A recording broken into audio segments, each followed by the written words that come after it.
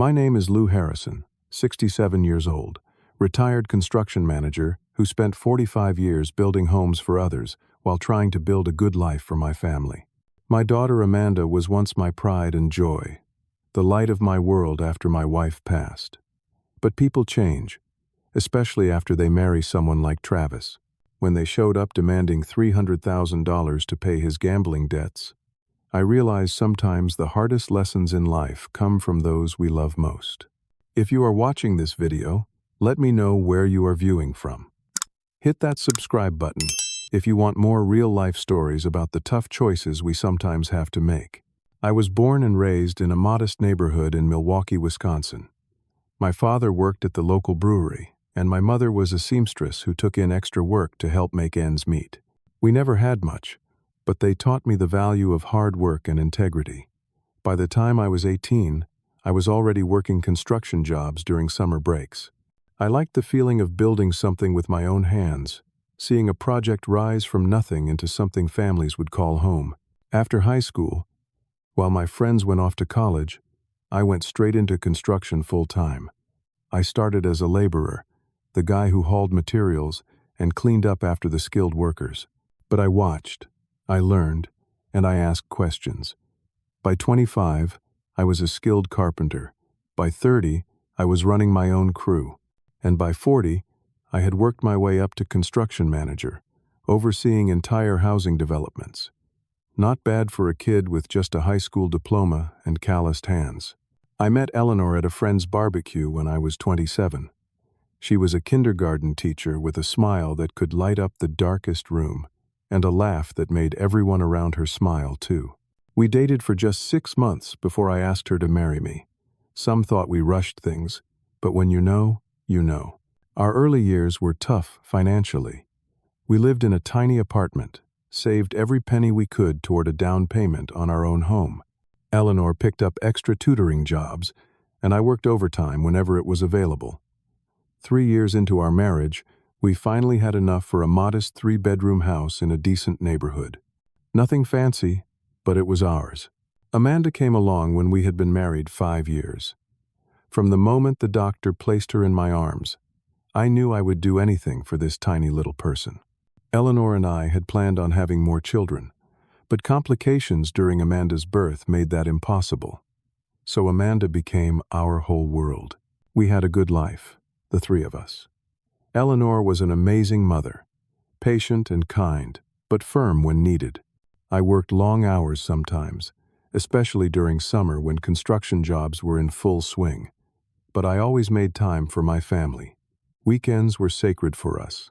We would go to parks, museums, or just have picnics in our backyard.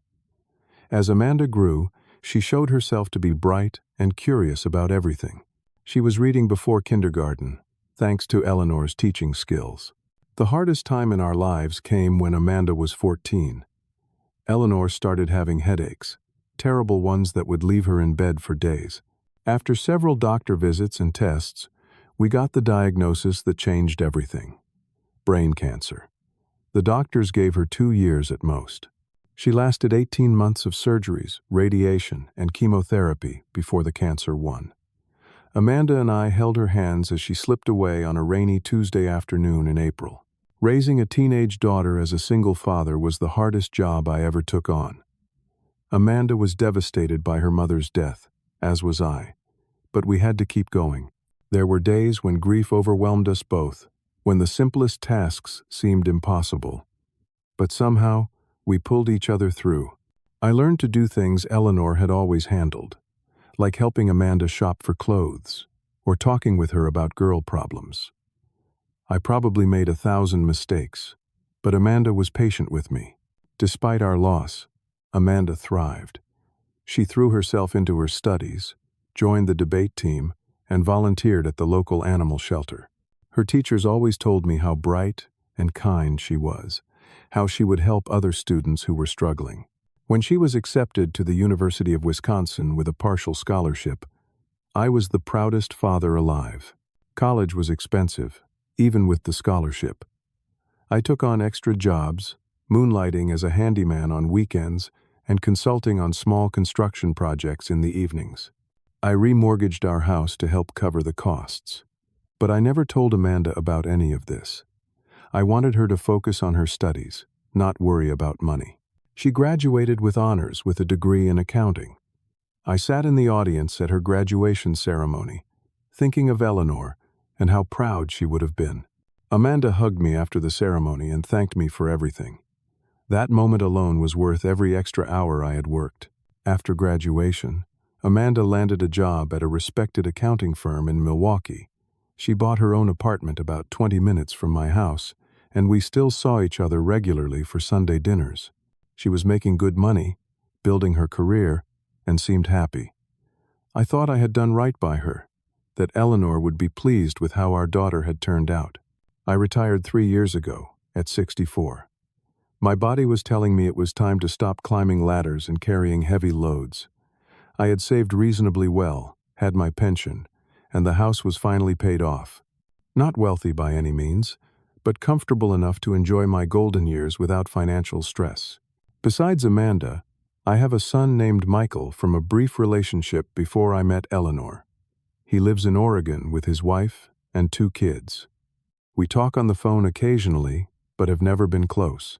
He was raised by his mother and her husband, good people who gave him a stable home. I paid child support and visited when I could, but distance and circumstances kept us from developing a deep bond. After retirement, I established a routine that kept me active and engaged. 3 days a week, I volunteered at the local Veterans Center, helping with maintenance and sometimes just sitting and talking with the vets. I took up fishing again, something I had enjoyed as a young man, but had little time for during my working years. And I set up a small woodworking shop in my garage where I made furniture, mostly as gifts for friends or donations to charity auctions. I had a few close friends, mostly guys I had worked with over the years. We would get together for poker nights or to watch football games. It was a simple life, but a good one. I missed Eleanor every day, but I had made peace with her passing and was grateful for the years we had together. Through all of this, Amanda remained my pride and joy. We would meet for dinner once a week, and she would tell me about her work and friends. I watched her grow into a confident, capable young woman, and I thought that despite the loss of her mother, despite my limitations as a single father, she had turned out wonderfully. I believed I had done right by Eleanor, that I had raised our daughter with the values we both held dear: honesty, kindness, and integrity. I had no idea how dramatically that would change. Amanda met Travis Burnett at a charity gala hosted by her accounting firm 4 years ago. She was 28, established in her career, and, as far as I knew, happy with her life. Travis was 34 and introduced himself as a real estate investor who had made a name for himself flipping luxury properties in the Milwaukee area. Amanda called me the morning after they met, and I could hear the excitement in her voice. She had never sounded that way about any man before. Their first date was dinner at the most expensive restaurant in town, followed by tickets to a sold-out concert. Their second date was a helicopter tour of the city. Travis seemed determined to impress Amanda, and it was working. Within 3 weeks, she was bringing him to our regular Sunday dinner. I have to admit, Travis made a good first impression. He was tall, well-dressed, and had the kind of confidence that draws people in. He asked thoughtful questions about my construction career, seemed genuinely interested in my answers, and brought an expensive bottle of whiskey as a gift. He was polite, charming, and treated Amanda with obvious affection. But something felt off to me. Maybe it was the way he checked his phone every few minutes, or how his stories about his business successes seemed just a little too perfect. Perhaps it was the expensive watch on his wrist or the brand new luxury car in my driveway. In my experience, people who feel the need to display their wealth so prominently are often compensating for something. I kept these thoughts to myself. Amanda was an adult, capable of making her own decisions, and she seemed so happy, happier than I had seen her since before her mother died. Who was I to rain on her parade based on nothing but an old man's vague suspicions? Their courtship was brief and intense. Just 4 months after they met, Travis proposed with a diamond ring that must have cost more than I made in 6 months. Amanda called me, crying with joy, to tell me the news. I congratulated her, pushed aside my reservations, and promised to help with the wedding in any way I could. That was when the warning signs became harder to ignore. Travis insisted on a large, lavish wedding at the most expensive venue in Milwaukee. When I suggested something more modest, pointing out that the money could go toward a house down payment, he laughed and said, "Lou, you need to think bigger. This is about giving Amanda the day she deserves." Amanda, who had always been practical about money, suddenly wanted everything top of the line for her wedding. The dress, the flowers, the photographer, the band, all had to be the best available.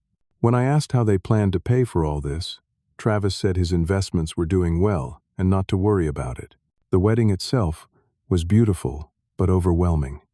300 guests, many of whom I had never met. A 7-course dinner with an open premium bar, ice sculptures and custom lighting.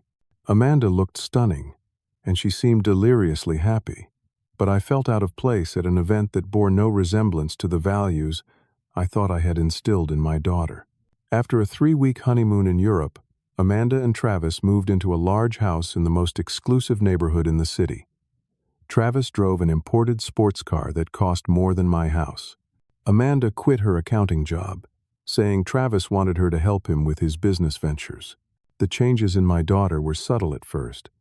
She started canceling our regular Sunday dinners, always with a plausible excuse. When we did get together, she would spend much of the time on her phone or talking about the expensive restaurants Travis took her to, or the celebrities they had supposedly met at various events. The Amanda I knew, who had volunteered at animal shelters and donated to homeless charities, now seemed obsessed with status and possessions. She showed up to a casual lunch, wearing designer clothes and jewelry that probably cost thousands. She spoke dismissively of her former colleagues at the accounting firm, implying they were small-minded for being satisfied with their ordinary lives. The frequency of our get-togethers continued to decline. When I called, she was often too busy to talk. Months would pass without a visit. On the rare occasions when we did meet up, the conversation felt forced and superficial. My attempts to ask about their finances or Travis's business were met with vague answers and quick changes of subject. Through a mutual friend, I began hearing rumors about Travis, that he was seen frequently at high-stakes poker games, that some of his investment properties seemed to exist only on paper, that he had asked several acquaintances for large, short-term loans for supposedly can't-miss business opportunities. About 2 years into their marriage, I tried to talk to Amanda about what I was hearing. We met for lunch, just the two of us, and after some small talk, I gently raised my concerns. Her reaction shocked me. Her face hardened, and she accused me of being jealous of Travis's success. She said I had always been small-minded, content with my little life while Travis had vision and ambition. "Dad, you need to accept that I have a different life now," she said. "Not everyone wants to live in the same modest house for 40 years and retire on a construction worker's pension." Her words stung, but I kept my cool. I reminded her that I had worked hard my whole life to provide for her, to put her through college. I asked if she was happy, truly happy, with the person she had become.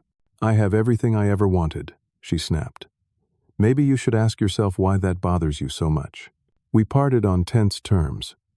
I spent the next few days replaying the conversation, wondering if she was right. Was I just an old man unable to understand the modern world? Was I jealous of her lifestyle? After much soul-searching, I knew the answer was no. What bothered me wasn't her material success, but the person she seemed to be becoming, someone who valued things over people and appearances over substance. The final family gathering, before everything fell apart, was Thanksgiving last year. Amanda and Travis came to my house, bringing expensive wine but contributing nothing else to the meal. Throughout dinner, Travis checked his phone constantly and made several calls, stepping outside to speak in hushed tones. Amanda seemed on edge, drinking more wine than I had ever seen her consume, snapping at me over trivial things like the placement of the silverware. After dinner, I overheard them arguing in hushed voices in the kitchen.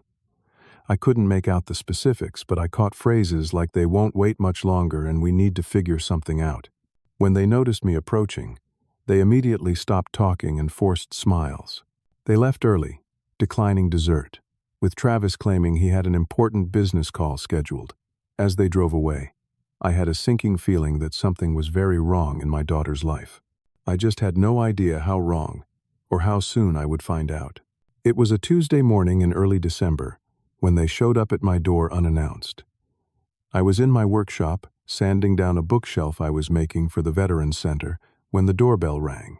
Opening the door to find Amanda and Travis standing there was a surprise. They rarely visited my home anymore, and never without calling first.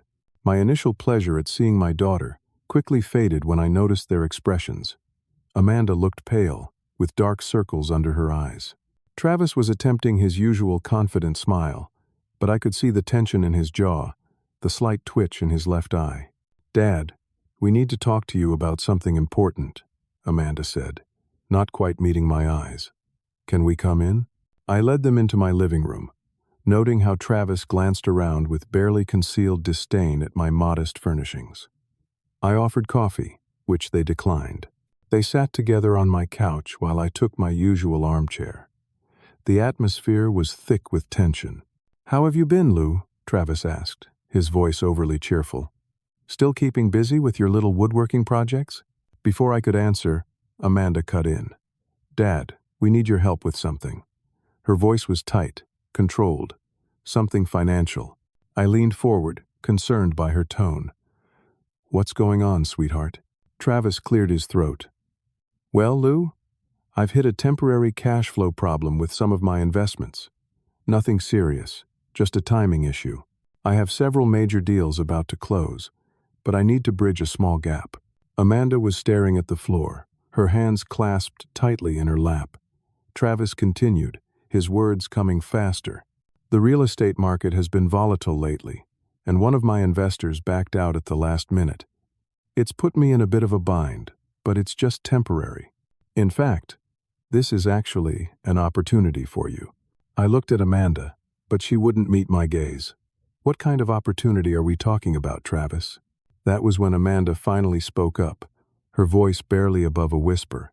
"It's not really investments, Dad. Travis has. He's been gambling." Travis shot her an angry look before composing his features again. "That's an oversimplification, honey. I've been using strategic betting as part of a larger investment strategy." "Stop lying to my father," Amanda said, her voice suddenly stronger. She turned to me. "He owes money, Dad.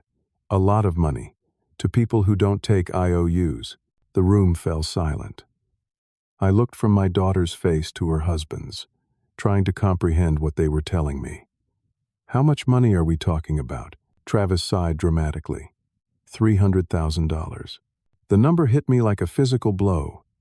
$300,000. Almost my entire retirement savings. The money that was supposed to support me for the rest of my life. "These are dangerous people, Dad," Amanda added. "They've threatened Travis. They've threatened us." I struggled to process what I was hearing. "Have you gone to the police?" Travis laughed, a harsh sound with no humor in it. "The police? These aren't exactly legal gambling operations, Lou. Going to the police would just get me killed faster." I took a deep breath, trying to stay calm. "So you want to borrow $300,000 from me?" "That's almost everything I have." "Not borrow," Amanda said quickly. "We'll pay you back as soon as Travis's actual investments come through. With interest. Think of it as a short-term loan." The entitlement in her voice struck me. There was no embarrassment, no acknowledgement of the magnitude of what they were asking. Just an expectation that I would hand over my life savings without question. "How did it get to this point?" I asked. $300,000 doesn't happen overnight." Travis shifted uncomfortably. "Look, Lou, I don't think the details are important right now. What matters is resolving the situation." "I think the details are very important," I insisted. "This is my retirement we're talking about." Amanda stood up suddenly, her face flushed with anger. "Does it matter, Dad? Does it really matter how it happened? What matters is that we need help." Your help. Isn't that what family does? Help each other when things get tough? Her words might have moved me, if not for the cold calculation I could see behind them. This wasn't my daughter reaching out in genuine need. This was a manipulation, using our relationship as leverage. When would you need this money? I asked, playing for time. Tomorrow morning, Travis said. I have a meeting with them at noon. Tomorrow? I couldn't hide my shock. You want me to liquidate my retirement accounts by tomorrow morning? Amanda's expression hardened. I need the money tomorrow, she ordered, her voice rising. And no delays. Travis leaned forward, his voice dropping to a more threatening tone. These aren't people who appreciate excuses, Lou. They've made it very clear what happens if I don't pay. And what about me? I asked quietly. What happens to me if I give you everything I have to live on? Amanda waved her hand dismissively. You can move in with us if you need to, or get a part-time job. Plenty of seniors work at grocery stores or as greeters at big box stores. I stared at my daughter, barely recognizing the woman in front of me. The casual way she dismissed my financial security, my independence, my dignity, stunned me into silence. This is family, Dad, she pressed. Family comes first, right? Isn't that what you always taught me? I did teach her that family comes first. I lived that value every day of my life, working long hours to provide for her, sacrificing my own needs and wants to give her opportunities. But this wasn't about family. This was about enabling an addiction and poor choices. Travis checked his watch. We need to go. We have another appointment. He stood and pulled Amanda to her feet beside him. So we can count on you for tomorrow. Right, Lou? I made a split-second decision to buy myself some time. I smiled and said, okay. Relief washed over both their faces. Neither of them questioned my quick agreement, which told me everything about how they saw me, as nothing more than a resource to be tapped, an ATM with no thoughts or needs of my own. We'll come by around 10 tomorrow to pick up the money, Travis said, already heading for the door. A cashier's check would be best. I'll need to go to the bank first thing in the morning, I said. But I'll have it ready. Amanda gave me a quick, perfunctory hug. Thanks, Dad. I knew we could count on you. As I watched them drive away in Travis's expensive car, a profound sadness settled over me. I had lost my daughter long before today. I just hadn't wanted to admit it. The Amanda I raised would never have treated anyone this way, especially not her father. I went back inside, sat down heavily in my armchair, and thought about what had just happened. They wanted me to give them everything I had worked my entire life for, with no real plan to pay me back. They expected me to sacrifice my security, my independence, my dignity, to cover gambling debts. And my daughter, my only daughter, saw nothing wrong with this. That was when I knew what I had to do. I sat alone in my silent house for almost an hour, processing the betrayal I had just experienced. My mind kept replaying moments from Amanda's childhood, trying to identify where I had gone wrong, what I had failed to teach her about empathy, responsibility, and respect. I remembered taking her camping when she was 8, showing her how to build a fire, teaching her about respecting nature and leaving no trace. I remembered helping her with homework at the kitchen table, emphasizing the importance of doing things right, not just doing them quickly. I remembered the conversations we had after her mother died, about how we would always be there for each other, how family meant supporting each other through the hard times. Where was that Amanda now?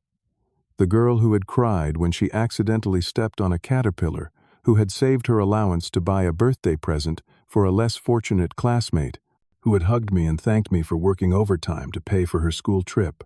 The harsh reality was that I had failed somewhere along the line, or perhaps life had simply changed her in ways I couldn't have prevented. Either way, the woman who had stood in my living room demanding my life savings was not the daughter I had raised. I knew I could not give them the money, not just because it would leave me destitute, though that was certainly a factor, but because giving Travis $300,000 would not solve the underlying problem. It would only delay the inevitable while enabling his addiction. If they could burn through whatever money they had already, they would burn through mine too. And then what? Would they be back asking for more? expecting me to sell my house next. More importantly, paying their debt would rob Amanda of the wake-up call she desperately needed. Sometimes love means letting people face the consequences of their actions. It was a hard lesson, one that went against every parental instinct I had, but I knew it was necessary. I picked up my phone and called Frank Miller, my oldest friend, and a retired attorney who had helped me with legal matters over the years. I explained the situation, trying to keep my emotions in check. "Jesus? Lou," he said when I finished. "That's one hell of a spot they've put you in." "What would you do?" I asked him. There was a long pause before he answered. "I'd protect myself. You giving them that money won't fix anything. It'll just delay the inevitable and leave you broke in the process. But she's my daughter, Frank. If something happens to her because of this, listen to me." Frank's voice was firm. "You are not responsible for the choices two grown adults have made. You didn't cause this situation, and sacrificing yourself won't solve it." Deep down, I knew he was right. After we hung up, I sat with my thoughts for another hour before making my decision. I would not pay Travis's gambling debts, but I also couldn't stay and face the aftermath. The guilt, the accusations, the potential anger would be too much. I needed a fresh start, away from the painful reminder of how thoroughly I had lost my daughter to greed and entitlement. I opened my laptop and began researching places where a retiree could live comfortably on a modest budget. I had always been intrigued by Costa Rica, with its beautiful beaches, stable government, and communities of American expats. The cost of living was much lower than the United States. The healthcare system was good, and they had programs specifically for retirees looking to relocate. The more I read, the more certain I became of my decision. I could sell or rent my house eventually, but for now, I would just leave, take what I needed, and disappear. Start fresh somewhere they wouldn't think to look for me. I made a list of what needed to be done. First, the bank. I couldn't withdraw all my money without raising flags and possibly alerting Amanda, who knew where I banked. But I could take out enough to get settled in Costa Rica while leaving the bulk of it secure in accounts she couldn't access. Next, essentials for the trip. Passport, medication, a few clothes, and some personal items with sentimental value. Everything else could be replaced or done without. Then, preparations for my absence. Canceling utilities would have to wait, but I could set up automatic payments for my mortgage to buy time before anyone realized the house was empty. Finally, I needed to write a letter explaining my decision. Not for Amanda and Travis, who I doubted would understand or care about my reasoning, but for myself. I needed to articulate why I was doing this, to confirm in my own mind that I was making the right choice. Around 1 o'clock, I drove to my bank. I kept my transaction modest enough to avoid special attention, withdrawing $20,000, an amount I could carry easily, and that would support me for several months in Costa Rica while I got established. The rest of my money I transferred to a new account at a different bank, one Amanda didn't know about. It wasn't foolproof, but it would buy me time. Back at home, I packed methodically. 2 suitcases, one for clothes and necessities, one for the few items I couldn't bear to leave behind. My wedding photo with Eleanor. The pocket watch my father had given me. The wooden box Amanda had made me in 7th grade shop class, back when she was still the person I had raised her to be. I sat at my kitchen table and wrote 3 letters. The first was to Frank, giving him power of attorney and instructions for handling my affairs after I was gone.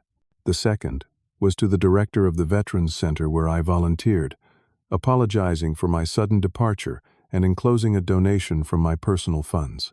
The third letter was for Amanda.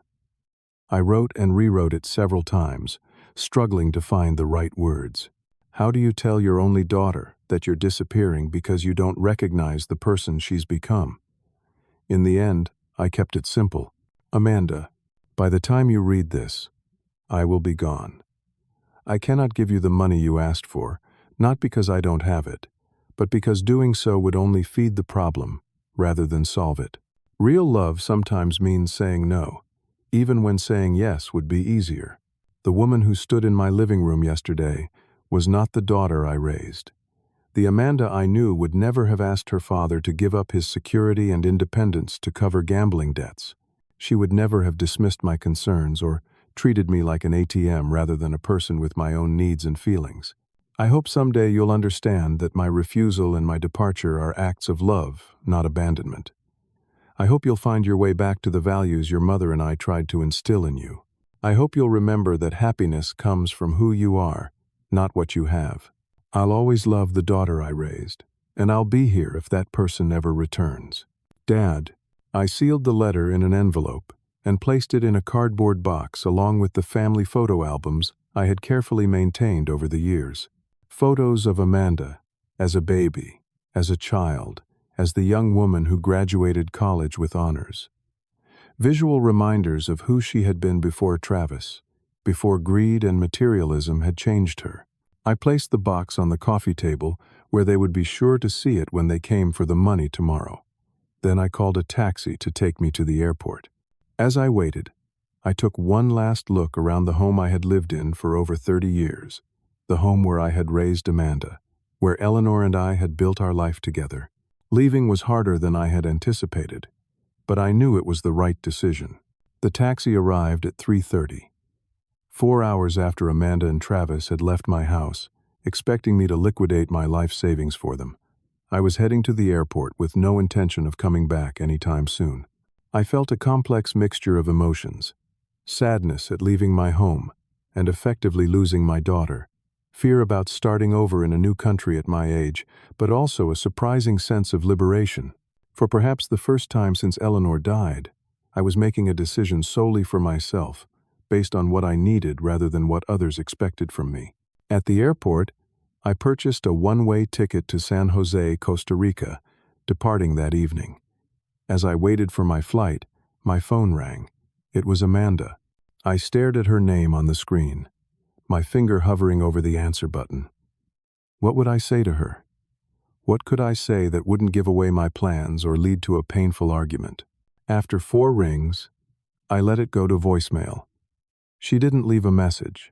I turned off my phone after that, knowing she might call again. I couldn't risk weakening my resolve. The decision was made, the path forward chosen. There would be no looking back. The flight to Costa Rica was 7 hours long, including a brief layover in Houston. I spent most of it staring out the window, watching the lights of cities pass beneath us, each one representing thousands of lives and stories I would never know. It struck me as fitting, somehow, this transition from being part of one community to becoming a stranger in another. My mind kept drifting back to Amanda and Travis. By now, they had probably tried calling me several more times. Would they be worried when I didn't answer, or just angry that their plan might be falling apart? Tomorrow morning, they would show up at my house, expecting to collect $300,000. Instead, they would find an empty home and a box of memories. I tried to imagine their reactions, but found I could no longer predict how Amanda would respond to anything.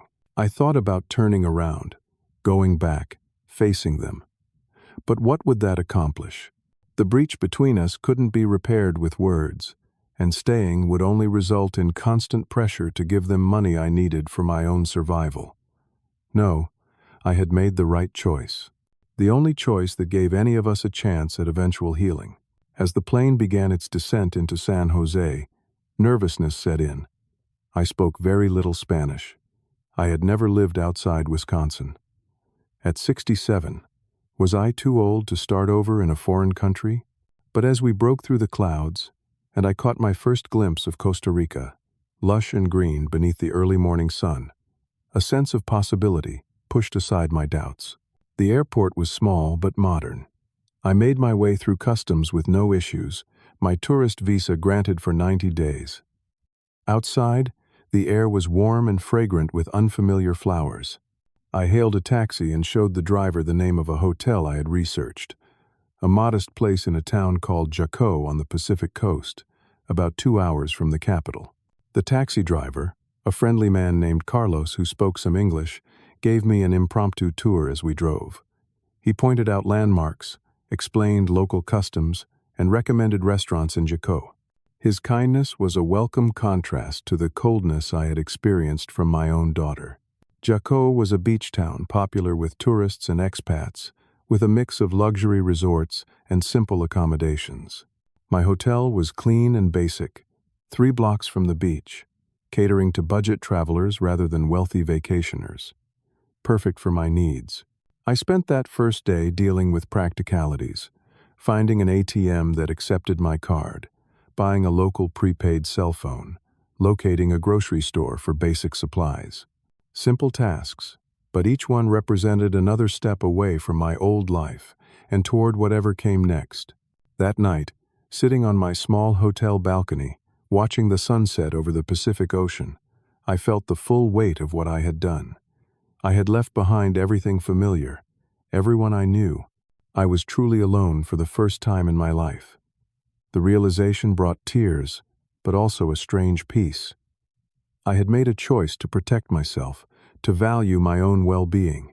After a lifetime of putting others first, it felt like an overdue act of self-respect. My first week in Costa Rica was a blur of adjustment and basic survival. The language barrier was challenging but not insurmountable. I found that with gestures, basic phrases, and the occasional help of bilingual locals, I could navigate most situations. The food was unfamiliar, but delicious. Fresh fruits and vegetables available year-round at prices that seemed impossibly cheap compared to the United States. I moved from the hotel to a small furnished apartment I found through a local realtor, signing a 3-month lease to give myself time to explore and decide if Costa Rica was truly where I wanted to stay. The apartment was simple, 1 bedroom with a tiny kitchen and a balcony overlooking a garden, but it was clean and within my budget. It was at a local coffee shop that I met Eduardo, a 72-year-old Costa Rican who had worked for an American company for 30 years and spoke fluent English. We struck up a conversation about fishing, a passion we shared, and soon were meeting regularly for coffee or beers. Eduardo became my guide to local life, helping me find a better long-term rental, introducing me to trustworthy merchants, and patiently correcting my attempts at Spanish. Through him, I began to build a small social circle, mostly other retirees, both local and expatriates from various countries. With Eduardo's help, I found a small house to rent on the outskirts of town. It was set back from the road, with a garden full of fruit trees and a small workshop that the owner allowed me to outfit with basic woodworking tools. The rent was a fraction of what a comparable place would cost in the States, allowing me to stretch my savings much further than I could have at home. I began making simple furniture, initially just for myself, but eventually for neighbors and friends who admired my work. Nothing fancy, just practical pieces built to last. It gave my days structure and purpose, something I had feared losing when I fled the United States. As months passed, I settled into a routine. Mornings were for woodworking, afternoons often spent at the beach or exploring the surrounding areas. Evenings were for socializing or quiet reflection on my small porch, listening to the sounds of the tropical night. I thought about Amanda every day, wondering how she was coping with my disappearance and her husband's financial problems. I had left my phone number with Frank, with instructions to give it to Amanda only if he felt she was genuinely concerned about my welfare rather than just looking for money. So far, he hadn't shared it. About 6 months after my arrival in Costa Rica, Frank called with news. Travis had been arrested for fraud related to his real estate dealings, separate from his gambling debts. In the course of the investigation, authorities had uncovered evidence of multiple fraudulent investment schemes he had been running for years. "How's Amanda taking it?" I asked, my heart heavy despite everything. "Hard," Frank said. "The house was foreclosed on. She's staying with a college friend for now. She's been asking about you, Lou. Seems genuinely worried. Has she said anything about the letter I left?" There was a pause before Frank answered. "She mentioned it. Said it made her think about some things. She's angry, of course, feels abandoned. But I think there's more going on under the surface." I absorbed this information silently, unsure how to feel. Part of me wanted to reach out immediately, to make sure Amanda was okay. Another part remembered the coldness in her eyes as she had demanded my life savings, the casual way she had dismissed my concerns about my own future. "If she reaches out directly," I told Frank, "if she really wants to talk and not just ask for money, you can give her my number. But not before then." After that call, I threw myself into building my small business. Word of mouth had brought me steady work, enough to supplement my savings and keep me comfortably afloat. I also began volunteering at a local school, teaching basic English and woodworking skills to children. The work was rewarding in a way that filled some of the emptiness left by Amanda's absence from my life. Nearly 8 months into my new life, I received an email from Amanda. Frank must have given her my email address, though not my phone number or location. Her message was brief. "Dad, I don't know if you'll even read this, but I need to know that you're okay. Things have fallen apart here. Travis is in jail. I'm trying to pick up the pieces. I was angry at you for a long time, but I'm starting to understand why you did what you did. Please just let me know you're alive and well. Amanda." I read the message several times, trying to gauge its sincerity. Was this truly concern, or just another angle to eventually ask for financial help? I decided to respond cautiously. "Amanda, I'm alive and well. I'm sorry to hear about your troubles. I hope you're taking care of yourself. Dad." Brief, but enough to let her know I was okay. I didn't share details about where I was or what I was doing. Not yet. Trust, once broken, takes time to rebuild.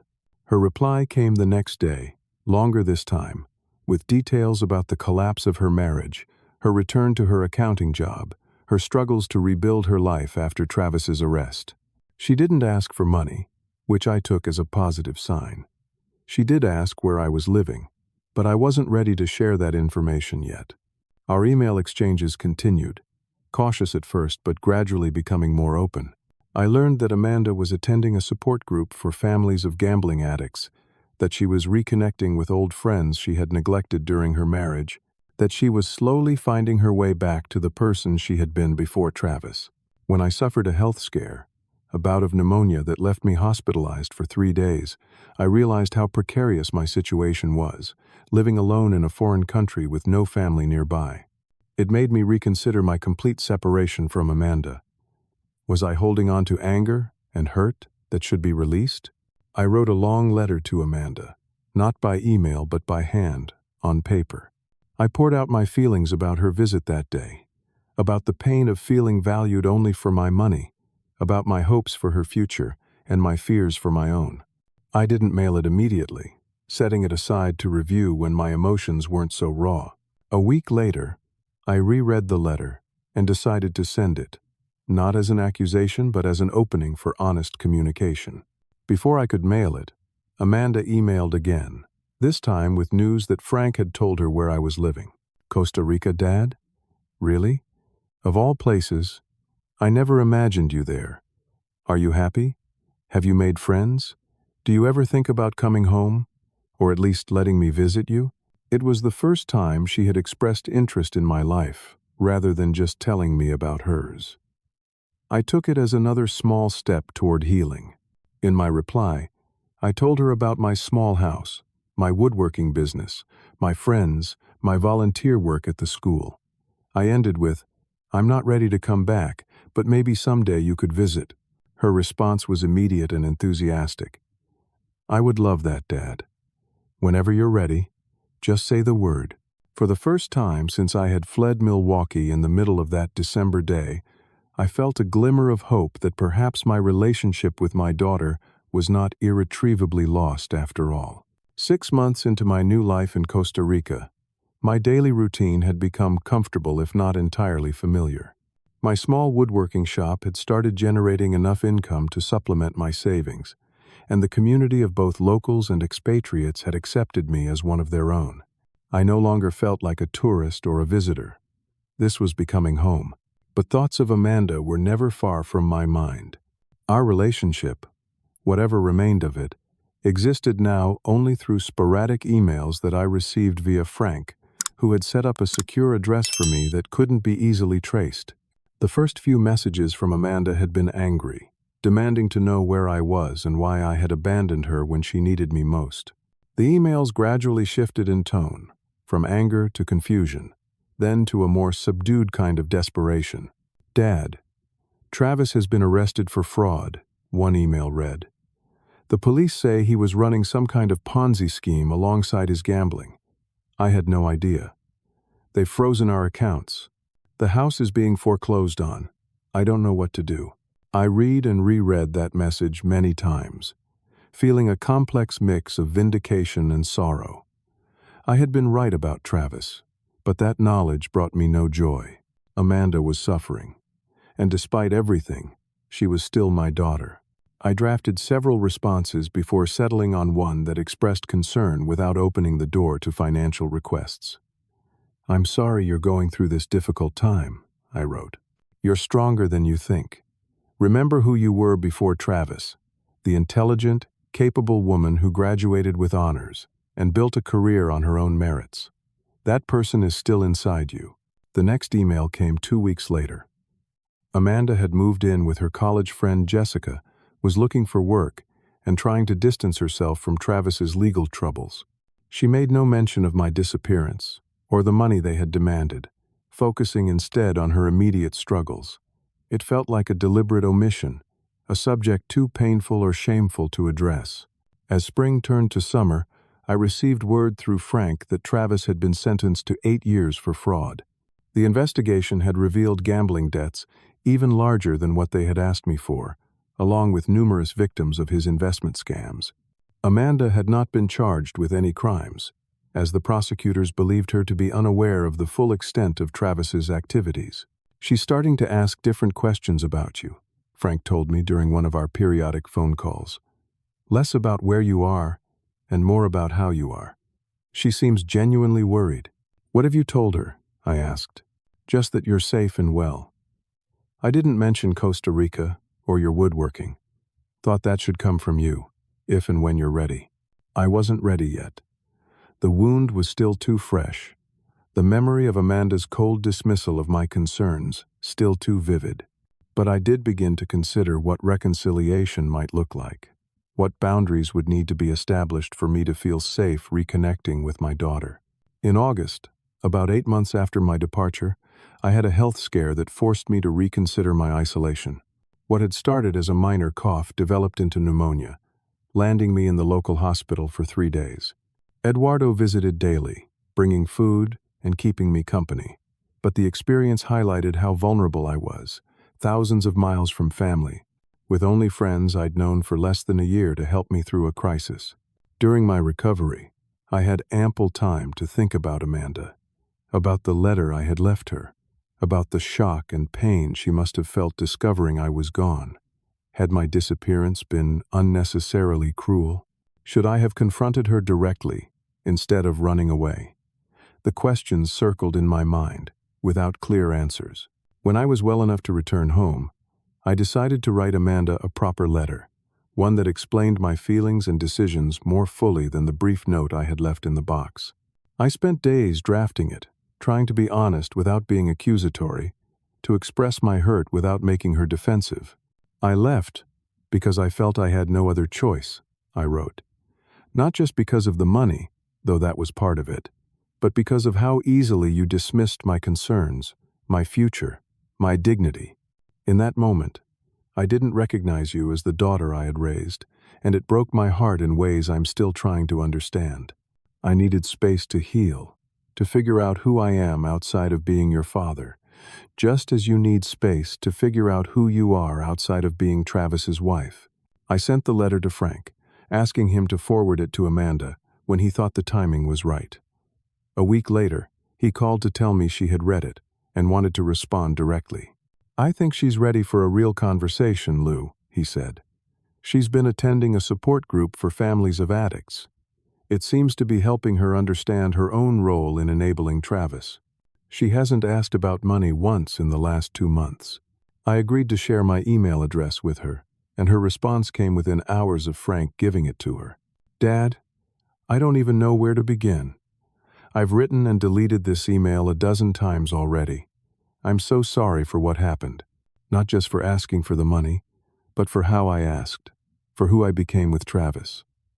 I look back at that day in your living room and I don't recognize myself either. The support group calls it addiction fog. How living with an addict warps your thinking until their problems become your problems, their emergencies, your emergencies. But that's an explanation, not an excuse. I understand why you left. I probably would have done the same in your position. I just wish I could see you, talk to you in person, try to explain how things got so messed up. Frank won't tell me where you are, just that you're safe. Are you ever coming back? Or at least, could you let me know where you are? Her words seemed sincere, but I had thought the same about Travis when I first met him. Trust, once broken, doesn't mend easily.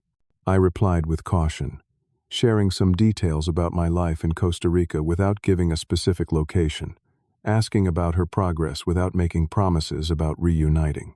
Our correspondence continued for several weeks, becoming more open and honest on both sides.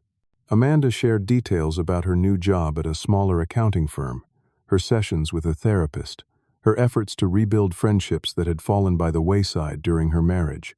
I told her about my woodworking, my volunteer work at the local school, the friends I had made.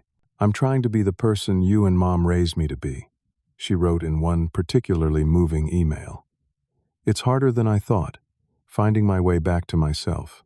Sometimes I don't even know who that is anymore. But I'm trying, Dad. I really am." For the first time since that devastating day in my living room, I felt a glimmer of hope that my daughter, the real Amanda, might still exist somewhere beneath the person she had become with Travis. It wasn't forgiveness, not yet, but it was the beginning of understanding. Frank, who had been keeping a careful eye on Amanda's progress, finally shared my phone number with her, with my permission. Our first actual conversation in nearly a year was awkward, filled with long pauses and careful phrasing on both sides. But it was a start. "I'd like to see you," Amanda said near the end of the call. "Not to ask for anything, I promise. Just to see your face, to talk to you properly. Would you consider coming back to visit? Or letting me come to you?" I wasn't ready for either option yet, but I didn't dismiss the idea outright. "Let's keep talking," I said. "Take it one step at a time." As our communication continued, I learned that Amanda had made contact with her brother Michael, my son who I had never been close with. To my surprise, they had formed a connection, supporting each other through their respective struggles. Michael had even invited Amanda to visit him and his family in Oregon, an invitation she had accepted. "He talks about you differently than I remember," Amanda told me. "He doesn't have the same hurt feelings I thought he did. He says you did the best you could with a complicated situation, and he respects that. It's making me see our family history in a new light." Hearing that Michael had found some peace with our distant relationship was unexpected but welcome news. Perhaps my disappearance had created ripples that were bringing my children together in ways I never could have managed deliberately. By the one-year anniversary of my departure from Milwaukee, I had established a solid new life in Costa Rica. My woodworking business was thriving. I was conversational in Spanish, and my circle of friends provided the social connection I needed.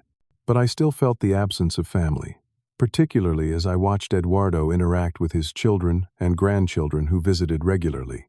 It was during a conversation with Eduardo about family that I finally made my decision. "Family is complicated," he told me. "Sometimes you need distance to see clearly, but there is always the possibility of new understanding, of growth. The question is whether you're willing to risk being hurt again for the chance to heal the relationship." That night, I wrote to Amanda with an invitation that felt both terrifying and right. "I'm not ready to come back to the States yet, but if you want to visit me here, I would welcome the chance to see you, to talk face to face. No pressure, no expectations. Just a father and daughter trying to find a new way forward." Her response was immediate and enthusiastic. We made plans for her to visit in 3 months' time, giving us both space to prepare emotionally for the reunion. As the date approached, I found myself alternating between anticipation and anxiety. Would she really come just to reconnect, or would there be hidden motives? Had she truly changed, or was this another manipulation? Only time would tell. But for the first time in over a year, I felt ready to find out, 2 years have passed since that cold December day when I fled Milwaukee with nothing but 2 suitcases and a broken heart. Costa Rica has become home in ways I never expected. My small house near the beach has expanded to include a proper workshop where I build custom furniture that has gained a reputation for quality craftsmanship. My Spanish is now fluent enough for comfortable conversation with locals, and my circle of friends includes both expatriates and Costa Ricans who have welcomed me into their lives. Last month marked a significant milestone in my journey. Amanda's first visit to my new home. After months of correspondence and phone calls, I finally felt secure enough in our rebuilding relationship to share my location and invite her to see the life I had created for myself. The drive from the airport to my house was filled with nervous small talk, both of us carefully avoiding the deeper subjects that needed addressing. Amanda looked thinner than I remembered, with new lines around her eyes that spoke of the hardships she had endured. But there was also a calmness about her that had been absent during those final months with Travis, a thoughtfulness in her expressions and words that reminded me of the daughter I had raised. My modest home seemed to surprise her.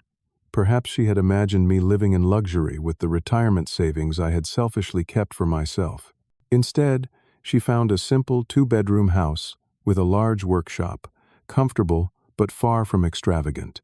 "It suits you," she said as I showed her around. "It feels peaceful." That first evening, we sat on my porch watching the sunset, the awkwardness between us gradually easing as we shared stories of our separate lives. Amanda told me more about the aftermath of my disappearance, how she and Travis had arrived at my house that morning expecting to collect the money, only to find it empty except for the box on the coffee table. Travis was furious, she recalled. He started throwing things, breaking things. But I just sat there holding that box of photos, reading your letter over and over. It was like waking up from a long, bad dream.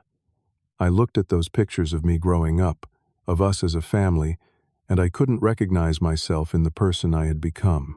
It was the worst moment of my life, but also the beginning of finding myself again. Travis, she explained, had been arrested 3 weeks later.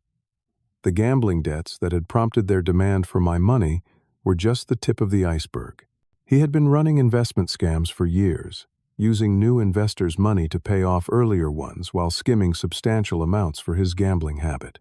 I was questioned by the FBI, the SEC, everyone, Amanda said. They eventually believed I had no knowledge of his illegal activities, which was mostly true. I knew things weren't right, but I deliberately didn't look too closely. I didn't want to know.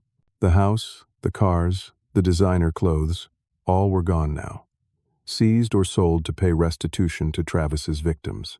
Amanda had been left with nothing but personal items and the crushing realization of how completely she had been deceived, both by Travis and by her own willingness to ignore the warning signs. The hardest part was admitting my role in it all, she continued. Not the fraud, I really didn't know about that, but the person I became with him, the values I abandoned, the way I treated you. That was all me. I can't blame Travis for that. We talked late into the night, moving from the porch to the living room when the evening grew cool. Amanda shared details of her new life, the small apartment she rented, her job at a non-profit organization helping families affected by addiction, her renewed friendships with people she had neglected during her marriage. She was dating someone new, cautiously, a high school teacher who shared her interest in community service. "He's nothing like Travis," she said with a small smile. "He drives a 10-year-old car and gets excited about finding good deals at thrift stores. Mom would have liked him."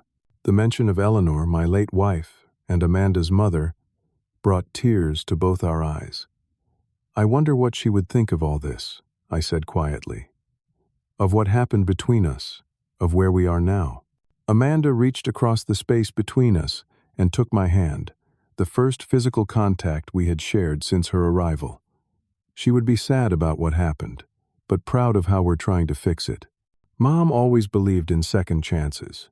The next morning over breakfast, Amanda asked about the box I had left for them to find, specifically the letter inside it. "You said something in that letter about real love sometimes, meaning saying no, even when saying yes would be easier. I didn't understand it then, but I think I do now. I nodded, pouring more coffee for both of us. Giving you that money would have been easier than disappearing, than rebuilding my life from scratch in a foreign country at 67. But it wouldn't have been an act of love. It would have been enabling Travis's addiction and your codependence. Sometimes the most loving thing we can do for someone is to stop protecting them from the consequences of their choices. Did you know that's exactly what they teach us in the family support group? Amanda asked. That enabling isn't love, it's fear. Fear of conflict, fear of rejection, fear of watching someone you love struggle.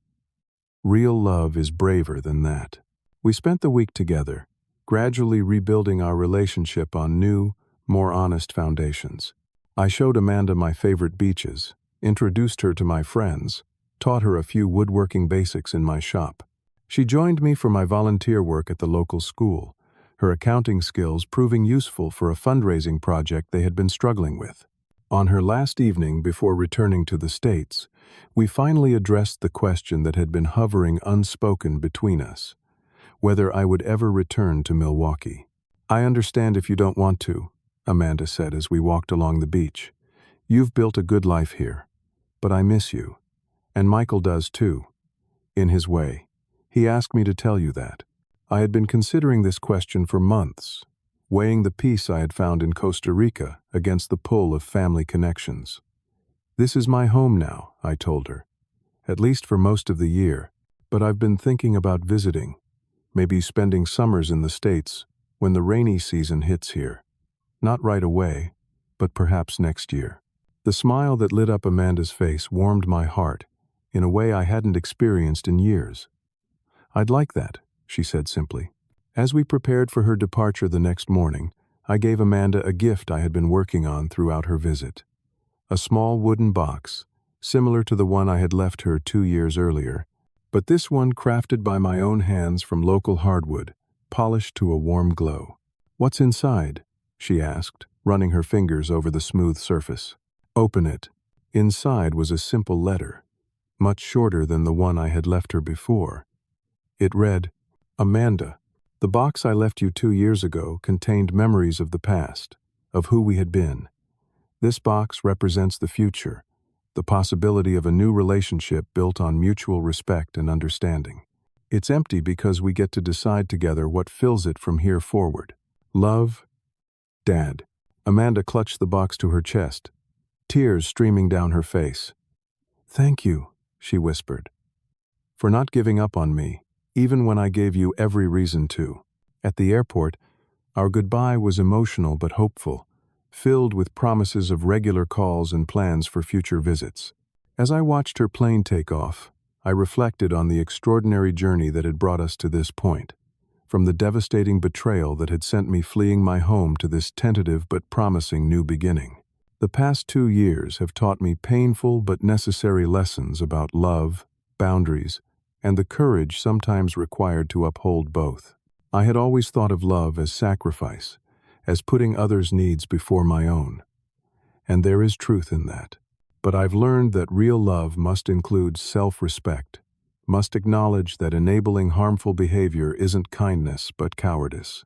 I've also learned that it's never too late to start over, to reimagine your life, to find new purpose and meaning. At nearly 70, I have a thriving business, new friends, and a renewed relationship with my daughter built on more honest foundations than before. Amanda and I still have work to do. Trust takes time to rebuild, and old patterns of behavior don't change overnight. We are taking small, careful steps toward a new kind of relationship, one where boundaries are respected and expectations are realistic. I don't know what the future holds for us, but for the first time in years I'm hopeful. Sometimes the greatest act of love is walking away when staying would only perpetuate harm. Sometimes the bravest thing we can do is start over, even when it means leaving behind everything familiar. And sometimes the most unexpected gifts come from our deepest wounds, if we have the courage to learn from them. I still miss Eleanor every day. I still wonder if I could have done more to guide Amanda away from the path she chose with Travis. But I've made peace with my imperfect efforts, with the knowledge that I did the best I could with the wisdom I had at the time. What about you? Have you ever had to make the painful choice to walk away from someone you love for both your sakes? Or had someone walk away from you in a way that eventually led to growth? Share your experience in the comments below. If this story resonated with you, please like and subscribe for more real-life stories about family, forgiveness, and finding your way forward after betrayal. Thank you for listening. And remember that sometimes true healing begins only when we find the courage to let go.